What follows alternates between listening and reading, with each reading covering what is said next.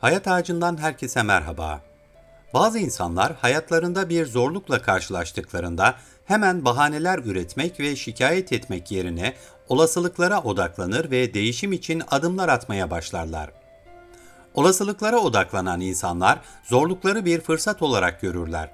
Sorunları çözmek veya durumu düzeltmek için gerekli adımları atmaya yönelik stratejiler geliştirirler. Bunun için motivasyonlarını yüksek tutarlar ve kendilerini geliştirmek için çalışırlar. Bazı insanlarsa bu değişim odaklı yaklaşımdan uzaktırlar. Zorluklar karşısında dirençli olmak, kişisel gelişimi teşvik etmek ve başarıya ulaşmak için en ufak bir çabaları olmaz. Bahaneler üretmek ve şikayet etmek onlar için daha kolay bir yoldur. Etrafınızda böyle birileri muhakkak vardır. Kendisini değişime ve gelişime kapatan, mantıklı sözleri, önerileri ve fikirleri duymazdan gelen, zorluklar karşısında direnç geliştirmek için en ufak bir çaba harcamayan bu tip insanlar için yapmanız gereken sadece bir adım geri çekilip uzaktan izlemektir. Çünkü bu tiplerle uğraşmak sizin için çok sinir bozucu ve yorucu olabilir. Bu videoda yardım elini uzatsanız bile sonuç alamayacağınız, dolayısıyla uzak durmanız gereken 7 insan tipini ele alıyoruz. Genellikle hayata ve geleceğe dair umutsuzluk, olumsuz düşünceler ve genel bir keyifsizlik durumu yaşayan tipleri bilirsiniz. Çok fazla şikayet ederler, pozitif adım atmaları zordur ve her durumda negatif bir neticeye odaklanırlar. Bu nedenle kendilerini genellikle depresif, umutsuz ve huzursuz hissederler. Güvensizlik, başarısızlık korkusu, sürekli endişe ve keder gibi duygusal belirtiler bu tiplerde yaygındır. Durumlar üzerinde hiçbir kontrolleri olmadığına kendilerini inandırmışlardır. İşin daha da kötü olan tarafı bu tiplerin her şey yolunda giderken bile durumda bir negatiflik aramalarıdır. Her zaman şüpheli ve kuşkucudurlar. Yardım etmeye çalıştığınızda ve bardağın yarısının dolu olduğunu göstermeye çalıştığınızda hızlı bir şekilde kötümserlik dolu cümleler sıralarlar. Her şeyin cevabını bildiğini düşünen insanlar da yardım edemeyeceğiniz tiplerdir.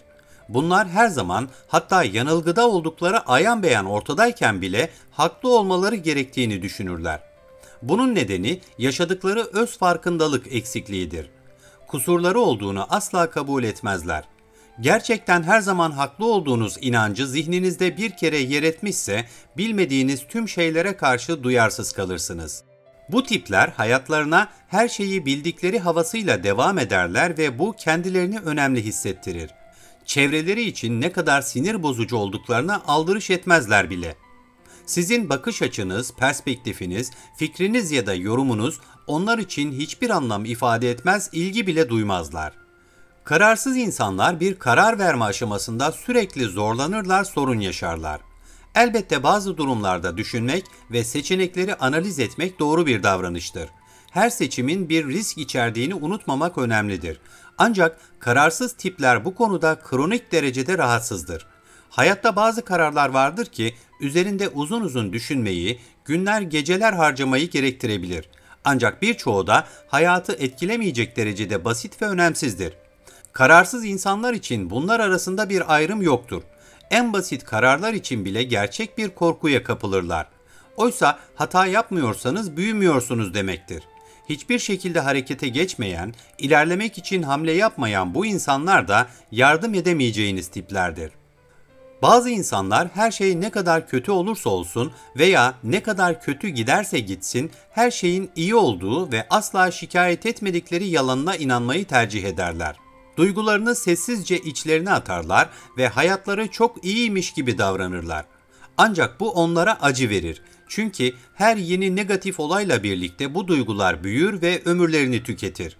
İçlerindeki öfke ve hayal kırıklığı dolayısıyla sessizce acı çekerler. Sessizliklerini öfke olarak yorumlamanızı umarlar. Genel olarak anlaşılması zor tiplerdir ve her şeyin iyi ve yolunda gittiği gibi bir saplantıyla hareket ettikleri için yardım etme çağrılarınızın bir anlamı yoktur. Ne yazık ki bu durum tüm sosyal ilişkilerini de yavaş yavaş sabote eder. İstediklerini elde etmek için neredeyse her şeyi yapabilme potansiyeline sahip tehlikeli tipler vardır. Emellerine ulaşabilmek için baskıcı ve saldırgan olabilirler. Sizin zamanınıza, değerlerinize, nezaketinize, çabanıza en ufak saygıları yoktur. Amaçları uğruna en yakınındakileri bile kırıp dökmekten çekinmezler. İstediklerini elde etmek için herhangi bir sınır tanımazlar. Hırslı ve manipülatif bu tipler etik olmayan yollara bile başvurabilirler.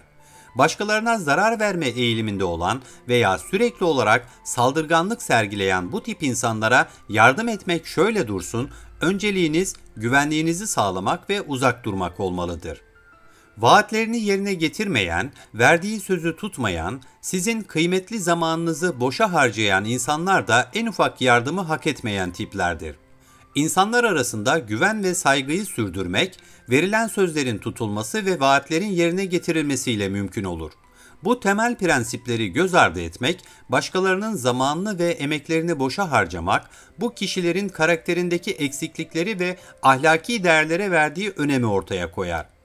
Bu tür insanlar kendi çıkarlarına odaklanırken başkalarının ihtiyaçlarına duyarsızdırlar ve sözlerini tutma zamanı geldiğinde sürekli meşguliyetlerinden filan dem vururlar.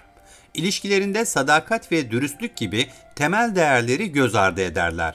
Bu nedenle bu tiplere de yardım etmek için çaba göstermeniz gerekmez. Bazı insanlar için mutsuz olmak ve şikayet etmek favori bir uğraş gibidir. Her zaman dünyanın kendilerine karşı olduğuna inandıkları için negatifliğin sonu yoktur. Düşüncelerine muhalif bir fikir ortaya atan herkesi suçlarlar. Mutsuz olmayı seviyor gibi bir halleri vardır. Bu mağdur zihniyetli tipler hayatta her şeyin kontrolümüz dışında olduğuna ve herkesin bize zarar vermek istediğine tamamen inanmış durumdadırlar. Tabii bu tür düşüncelerle birlikte korku, öfke ve kötümserlik gibi olumsuz duygular da kişide kronik hale gelir. Mağdur zihniyetli tiplerin gerçekten bir çözüm aradıklarına şahit olamazsınız. Sorunları çözmek istemezler.